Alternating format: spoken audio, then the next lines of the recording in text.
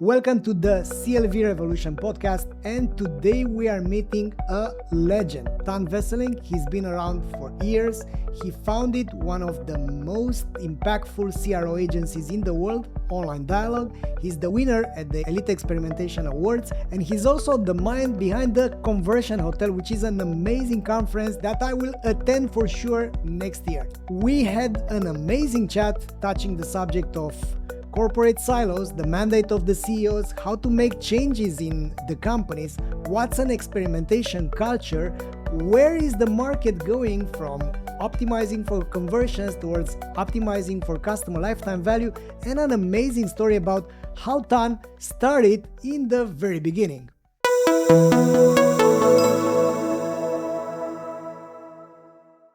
So we're going to start directly, Tan. How you've got started into the experimentation area, let's say. Good question, Valentin. Yeah. Now I have to explain I'm really old. I started building my first websites like back in 94, 95. And I hosted my websites on my own internet connection. Mm-hmm. And it had log files. So I was able to go through the log files and to see if I had visitors. And then, of course, the next question was, okay, I have visitors, but they're not clicking on this specific link. What can I do? So make a change and then see in the data what's going to happen. Yeah. And then I was done with education, finished my study. And of course, I wanted to work for an internet startup because I totally fell in love with creating websites. So I started working at this internet startup agency, creating websites.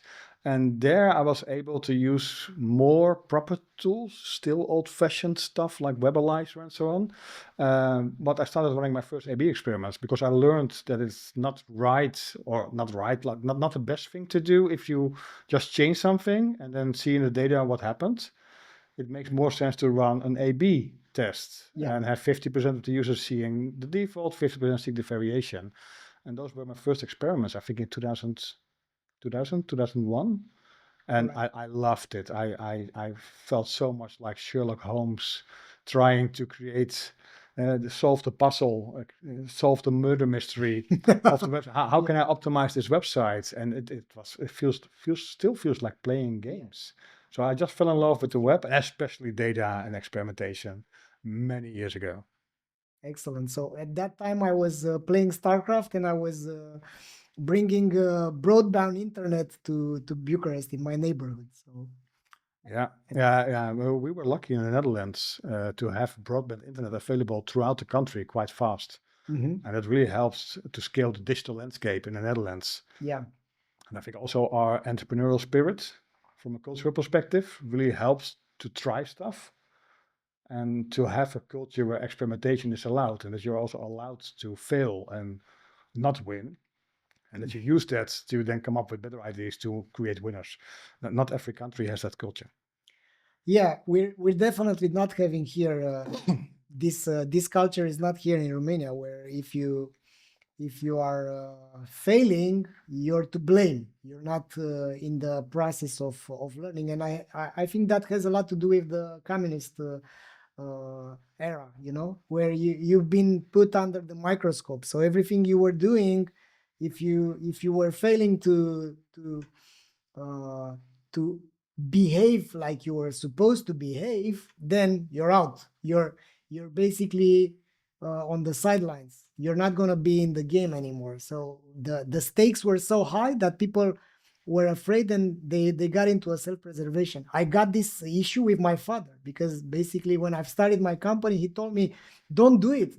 They are going to see you. Yeah. And who's going to see me? I mean, it doesn't matter if they are seeing me. I mean, who's going to see me? So it's risk averse. Yeah. I was amazed when I saw the numbers of startups in Romania and surrounding countries. And the opportunity here is way bigger because if you have a startup in the US or in the UK, the competition is so fierce. Yeah. And of course, they have this whole investment climate and they're more mature in venture capital and funding companies.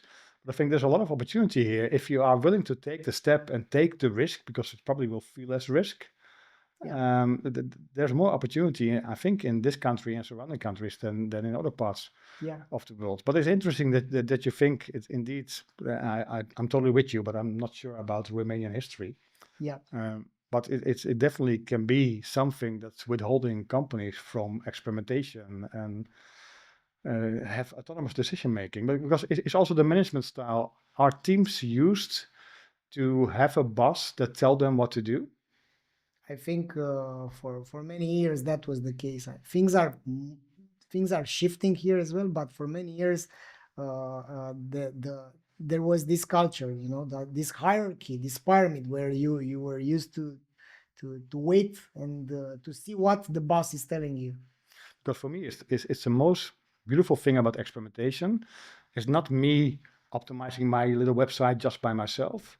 But when I founded the agency and started to grow, and suddenly we had a whole team of like developer, designer, copywriter, psychologist, project lead, and then together with those people or with some people from the client, work in a team and validate the ideas you have as a team, prioritize, run experiments, and see the results. Yeah, That's so much fun to be able to play that game together. It's almost like a sports team that's trying well, yeah, to win a soccer match. And every time you have this new enthusiasm to solve the solution together with some great people that can do great stuff together. yeah, And so that for me, that's, but then you have to be autonomous. So the manager should let go of the style of decision making where he or she is in control and not the team. And of course, if the team is basing all this on proper research and data, then it's easy to let go because they have proper decision making based on proper evidence.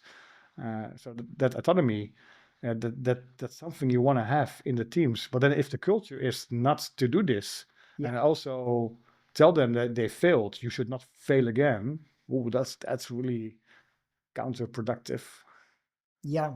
And I think it happens not only here in Romania, but there are many companies which are stuck. I mean, big companies which are stuck due to these things. I mean, there are these silos, and they have leaders. They have their KPIs which have been set. I don't know how, but not all the KPIs are productive if you think about the customer journey and the company journey. I mean, they are not always aligned. And then you have people which are focusing on some KPIs which are counterproductive if you think what is the aim of this customer. And I want to touch this subject on how do you change these mindsets, how to change the mindset of an organization which is doing this. I can imagine that the leaders of the organization want the organization to probably grow, hopefully to create happiness You and think peace they want throughout that? the world. Because it makes me wonder at some point, do these leaders of the organizations, they do want to grow or they want to keep their seat? Oh, that's kind of interesting because if they want to keep their seats, it's all about safety Yeah, and not taking bigger decisions. yeah, That's really hard to change. I think the companies where we, or me and the team and other people know were successful in shifting to a culture of democratizing decision making, only happened where the organizations, the leadership was already ready for data-driven decision making. yeah, So they wanted to do more with data. They want to grow the company. So they were not there to keep their seats. They were there to grow the company. And they learned that they cannot control the company all by their own. It's slowing down everything. So then the teams should make decisions. And how can you trust the teams to make decisions if they use proper data? yeah. So I'm now thinking, was there ever a organization that we helped where the C-level was not open to data-driven decision making? There are not so high chances because hiring an agency like is yours, it's a sign that they don't trust their own decision making and they want to outsource the experimentation. Most of the times we needed to convince the middle layer, so not C-level. C-level was convinced. From bottom up, there were a lot of people that wanted to have a different work approach, but the middle layer, the management, those are the ones that had to let go of control. Yeah. And but that can be changed if you have support from the C-level and the people from bottom up really want to do this. And then in the end, of course, some managers will just leave the company because they cannot take it, and some will change. And it takes some time because change is hard. It's hard to let go of And painful. old habits. Yes, it's even painful if you have to let go of stuff, but it happens, and we've done this successfully many times. But with that middle layer, not indeed, we never got hired by a company. That's not true. We did cut the larger organizations that already went to some sort of a tribe structure, so independent teams, where the independent teams had budgets to hire their own agencies, buy their own software. Yeah. That's where we were able to work with those companies even without support of the C-level. But then expanding the work and the experimentation thought throughout the company was way harder. And I think the magic trick has always been, in the end, try to convince tech, so the CTO, engineering, to really embed the software solution of validation, A/B testing, in the engineering pipeline to make it business as usual to test everything that's being shipped, if the company is large enough to do so. And then you have this little Trojan horses implemented, so that even if they want to let go of this data-driven decision making, they will never do this because all the developers will go like, but it kind of makes sense. We're testing for performance, security, and user experience or lifetime value. Yeah. On top of that. But yeah, that and then maybe some C-level people will just leave the company and will be replaced by someone else.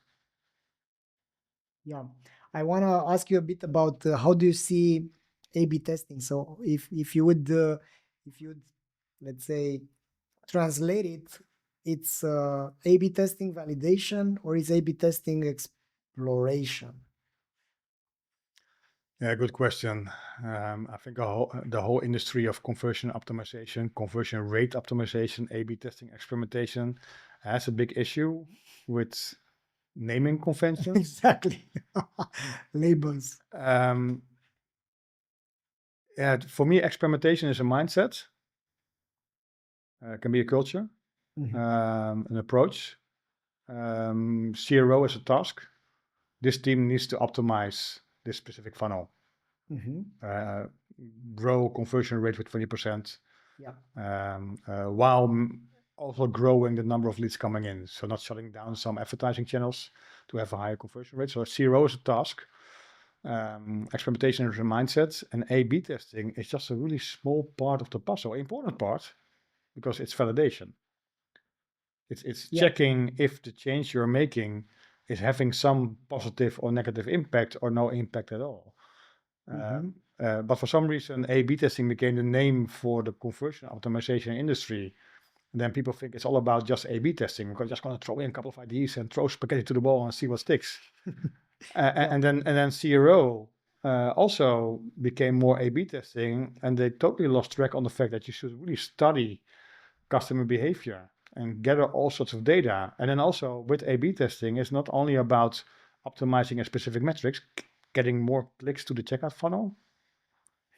You want to have more transactions at least, or you want to improve customer lifetime value.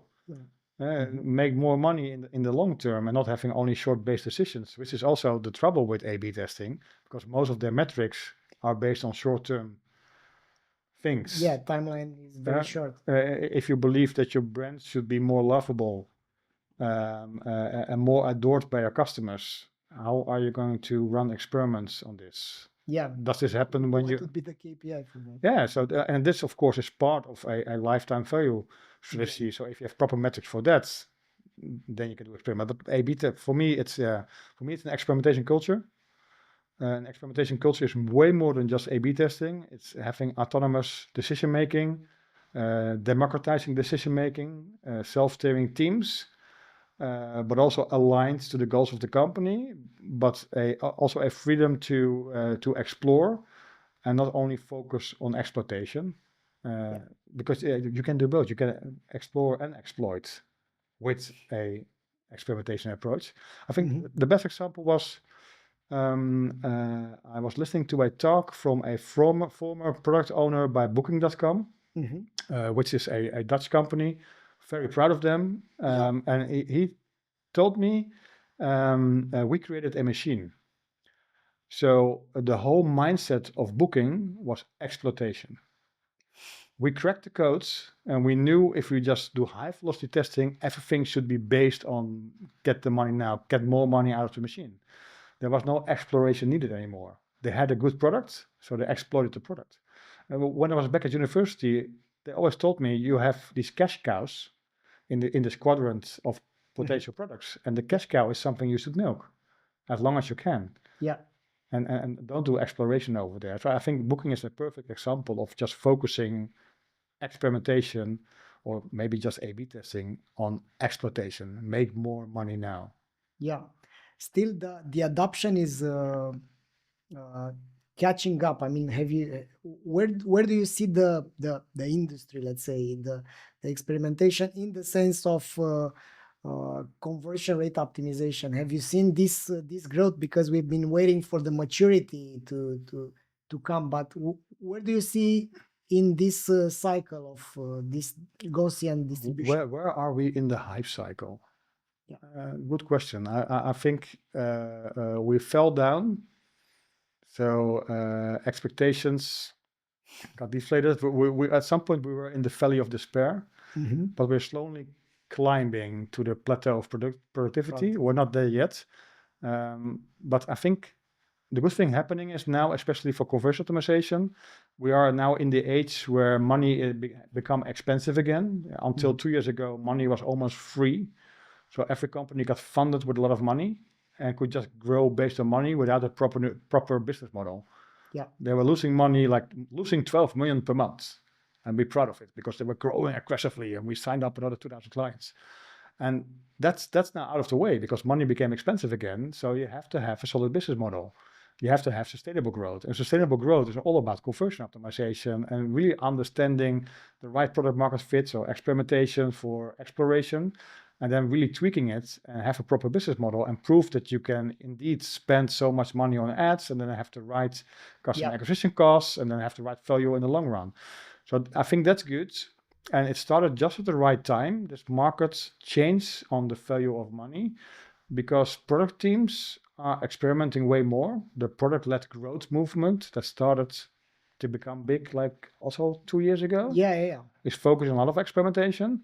And marketing also now calls it marketing experimentation, and all the ad systems they use, they can run experiments. So it's fully embedded in all the professions where experimentation makes sense.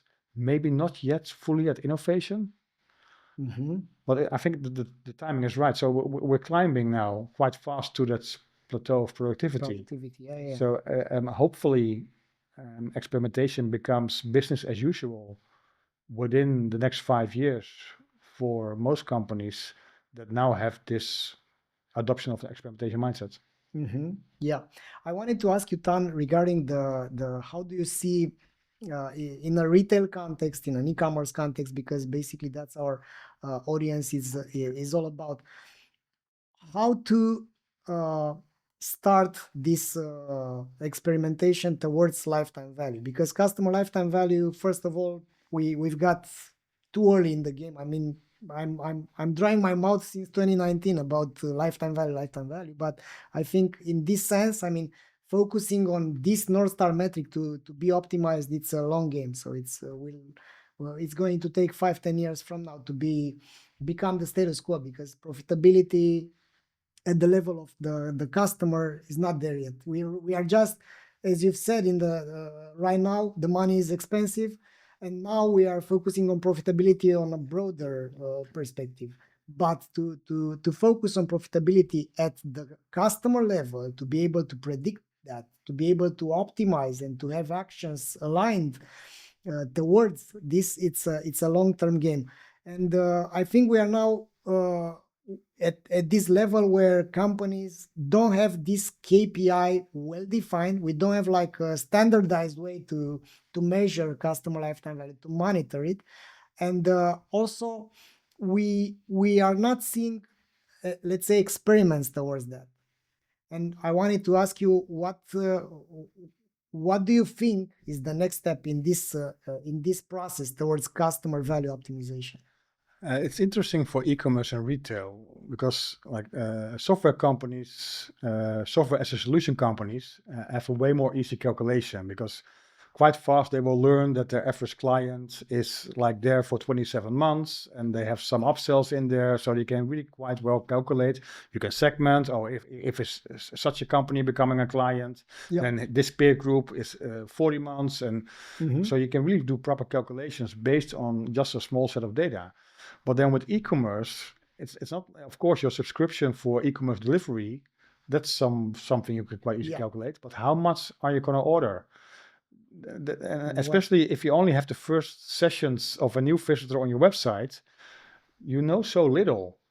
So it's the potential spread of the lifetime value of this specific user is like between €5 or dollars and whatever, a couple of thousand. You never know. And maybe this is a big influencer and influencing a lot of people, because this person buying something is going to be really happy with the product and show it in his or her YouTube series that suddenly has like 600,000 viewers per episode. And that's really hard to calculate up front. So it's harder to do, but it can be done once you collect enough data. And you have enough customers that behave in a so the start is hard, but I think the magic is in collecting data.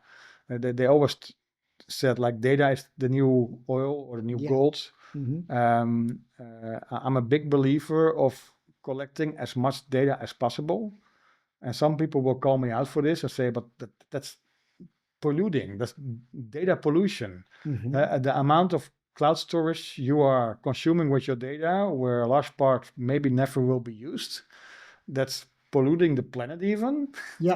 But if you collect all that data, you have an advantage. If you have more data than your competitor, you can make better decisions, you can have better segmentation, you're better capable of calculating lifetime value. But it's harder for e-commerce. Enough data points to come up with associations. But if it's a company that also has retail and brick and mortar shops and existing for 60 years, then it becomes interesting, because they really know from their, maybe they did not store all the data, but they know how often a specific client returns, a customer returns in the shop. And so they have a good prediction on what the potential value of a customer is.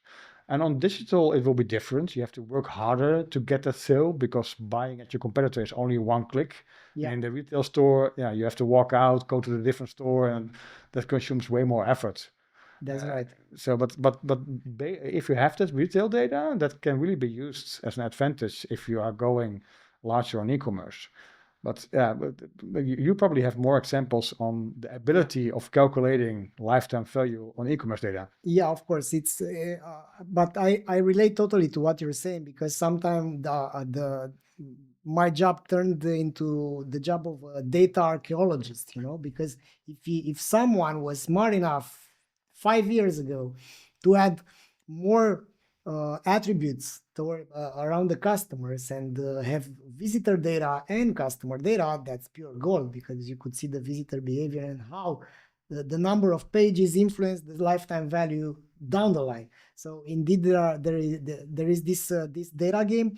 What I also discovered though is that the adoption, it can't be bottom up, because you come up with such a strategic and long-term KPI, and even though you find an internal champion, let's say it's a data analyst or it's an e-commerce manager or whatever, their power to shift the entire organization toward the North Star metric and do let's say orchestrate decisions towards improving it, it's very hard. So usually it's a game of the management team, the CEO and the CFO waking up to this new reality where they need to be profitable.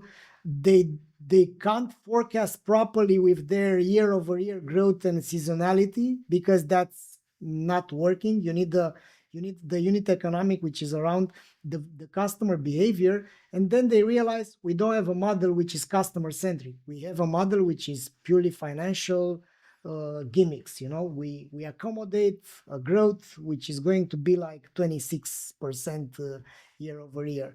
But if the customers are behaving differently, then your model is yes. To add on the bottom-up approach, what most companies, agencies, consultants do is they will look for that champion, but that's the champion that really understands customer lifetime value and the importance. and mostly indeed an analyst, so someone with some data background. But I always tell them, please find also another champion. You have the champion on the nitty-gritty details, like the specialist. Yeah. You need a internal PR champion. Yeah. You need someone that's friends with everyone, that knows how the lines of command work. Yes, and okay, but if we need to get something done from IT, okay, I'm not the best friend with the CTO, but I know someone at IT that's really good friends with me, and I know that he or she is a good friend with the CTO. Yeah. Because changing a company is something totally different. The skill set you need to get this done is almost like the opposites of the typical stereotyping data scientists. So you need a team, you need two champions. You need one that knows what has to be done, and you need one that knows the politics and how to get this done inside the company. That's completely right. And sometimes even if you have the CEO which wants, let's do this, is not being done because they don't have the leverage, to have their people adopting this. So they can spend money on tools, they can spend money on data, but there are no experiments, there are no actions towards improving it because they don't have the internal champion, which is the specialist, the one that gets why this should be done. And I think, Tan, is also about passion. You've said about this game. Indeed, when I've started to do experimentation on my website in the previous life, it was about curiosity. It was about what if we could do this in order to change the behavior. And indeed, company behavior can't be done with the same mindset of data experimentation. You need the same model. The model we use for conversion optimization, the build, measure, learn, or whatever, you proper research, and then hypothesize, then you run experiments or you test, and then you learn from the results. That's something you also do in the organization. If you want to change certain behavior, you have to do research why this behavior is there. Then you have to come up with hypothesis how you could change the behavior. Then you should test it. And not just one experiment, but keep doing specific communication for like 3 months. Yeah. And then look at the results if it's working. Yeah. And we need people that are capable of doing this in these organizations to really change those companies and move forward. Yeah. Let me tell you a story about a company which was hugely successful, and one of our first early adopters. They are selling office supplies. And their managers, so basically the founders, said, we want to grow, and we know that in order for us to grow, we need bigger clients, and in order to have bigger clients, we need to be outstanding in terms of customer experience, because we can't run ads and spend money on marketing. So they've realized that they need lifetime value to go up. They realize who are their soulmates, like their best customers, and they realize that one single KPI could make all the difference. And basically they've said, we don't want any of our soulmate customers to wait more than 3 minutes. So basically they've made a change into their order management system that got this information from our system. Hey, you have an order from a soulmate, which a soulmate had, their lifetime value was 12 times higher than the average. So basically they called everyone in less than 3 minutes. That's what's their status quo. And in order to make it happen, they also realized what should be made, and they also realized that they needed to incentivize their people which were calling, and they've added a bonus malus thing based on their NPS. So if your customers, let's say you are in the customer service, if your customers have an NPS which is less than 80, then that's you are paying a penalty, but if they have more than 90, then you are getting a bonus. And now their NPS, which was is correlated with their lifetime value, is now 93. So basically it worked, but it worked if they have their leaders incentivizing. Because if you want to change a company, I think you should be changing the incentives for the people which are affecting the things that you have. Yes. Regarding NPS, I'm a bigger fan of customer effort score because it correlates a little bit more Yeah. to lifetime value, but NPS can be applied. It has some straws, but let's not go in there. I think in the end, it's a long-term game, because if I'm helping a company to create a culture of experimentation, that cannot be done in a month. That takes years. Yep. And also, if you want to set a North Star metric, okay, we are going to become a company that's steering on lifetime value. So we're going to remove all the friction, create an amazing product. So lifetime value is our goal. Together with a experimentation culture, that's what we're striving for. We really believe that this moves our company forward, because we have seen the evidence that companies that have an experimentation culture are outgrowing the competition. We've seen the evidence that customer lifetime value is a thing to do. It takes time. But then they really need to set the goal, like we want to get this done in 3 years or in 5 years. Yeah. The trouble is that most C-level people are not staying there for that length. And most managers, maybe even worse, only have this attention span of max 2 years. Yeah. In 2 years' time, I want to be here. So it really has to be the people that are controlling the company, maybe even the shareholders, that say, this is why we want to continue to invest in this company, because their goal is to really become an experimentation-driven company with a specific customer lifetime value focus that they have throughout all the KPIs in the organization. Because that also takes like at least a year to get all the KPIs of all the teams in line with what you're striving for. That's right. So you need long-term support and belief to make this happen. And you can't do this with short-termism. So if indeed, if your mandate is there for 2 years, 3 years, you can't move the needle on the long run, and you will be looking at quick wins so that you get a better job next year. Yeah, and if it's not happening in your company, then we were talking about booking before, and I remember this quote from a guy that's being referred to a lot as someone that helped create a experimentation culture at Booking.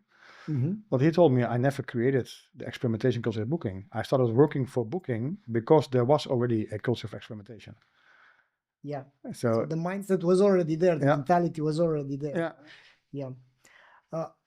Ton, I want to ask you something regarding the experimentation and how to make better decisions for yourself. I mean, I've noticed this on myself. I mean, I'm always having this hypothesis. What would happen if I would be doing this, then that, and the other. But in life, you can't do A/B testing, right? You can't relive your 30s again. How to make better decisions and how to optimize, and what would be the KPI? Talk to your customers. And maybe customers is not the right word for this, but talk to your partner, talk to your friends, talk to your business partners, and ask them, what are you expecting from me, from my role? What can I optimize in the way I'm doing? And in your personal life also, how can I make your life better? Because probably, especially with close friends, you will be more happy if they are more happy with you. Yeah. And it feels counterintuitive.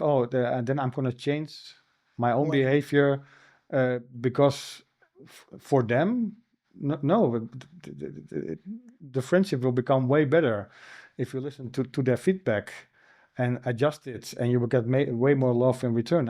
So I think it's the same way of research, hypothesize, and then not test but change. Sadly, you're a one-person startup on your own behavior, so you have to take some risk and change the behavior. But you can still see what happens if you change something in your life, personal or business, and if you keep on being strict about this. So being chaotic and unstructured is maybe not the best way for someone to test this.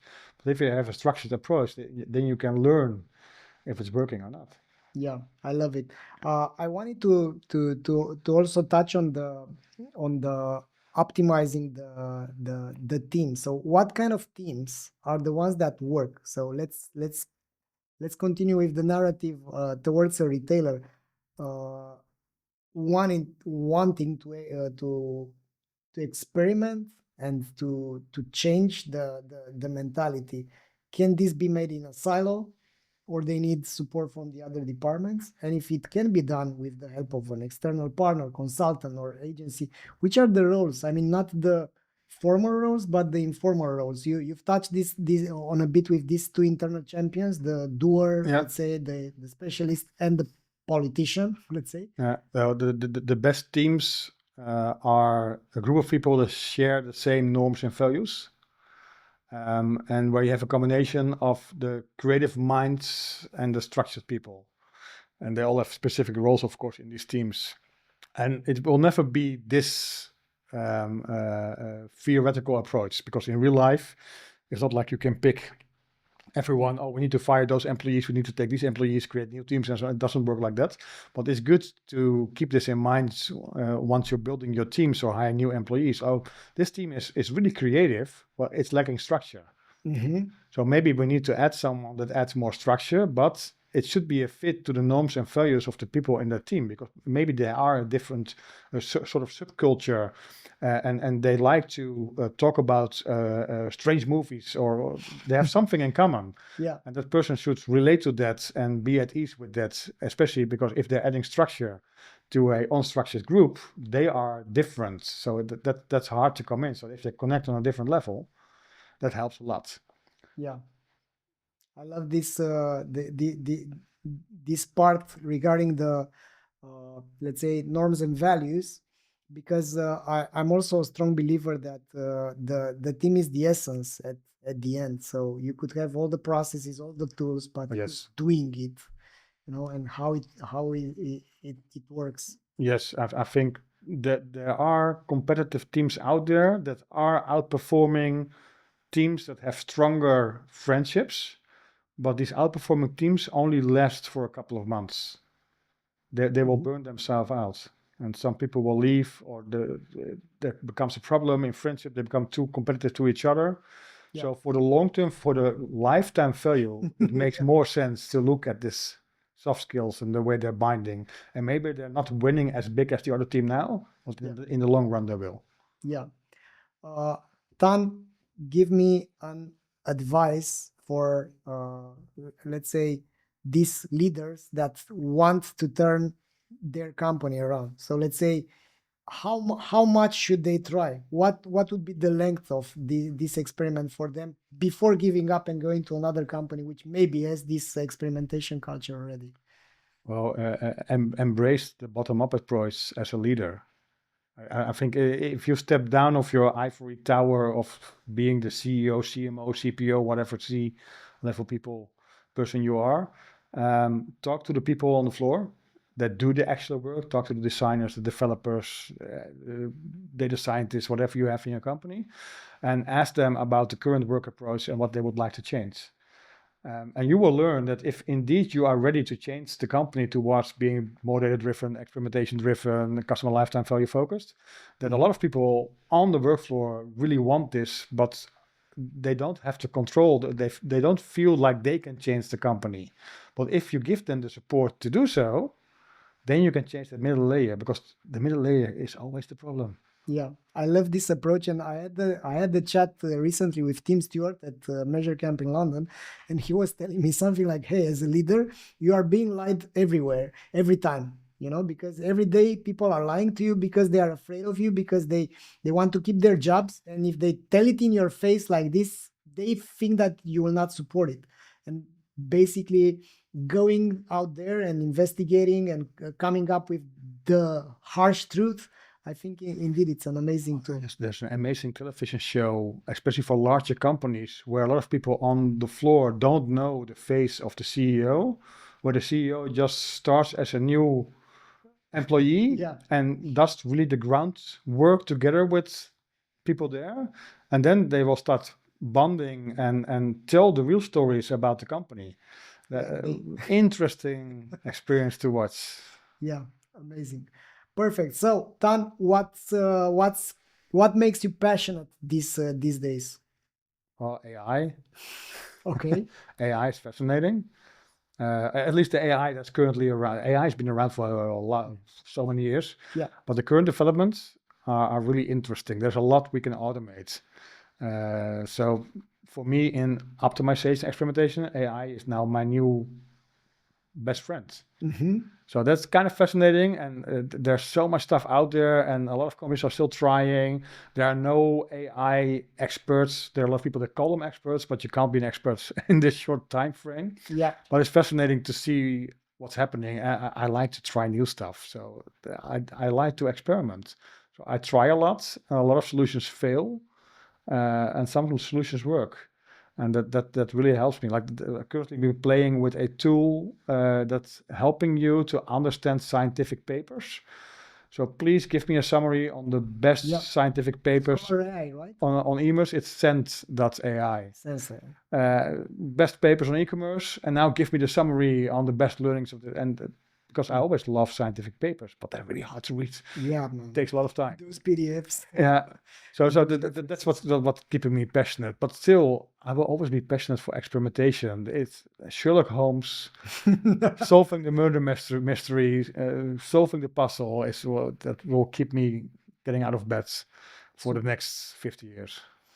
Excellent. So, Tan, where can people find you? You can find me on LinkedIn. On my name, I still have a Twitter account, but I think since they call it X, it kind of feels like it stopped. So connect me on LinkedIn. I think that's the most easy way to communicate. Perfect. So, Tan, thanks a lot for being part of the CLV Revolution podcast. And as for you, we'll see each other on the next episode.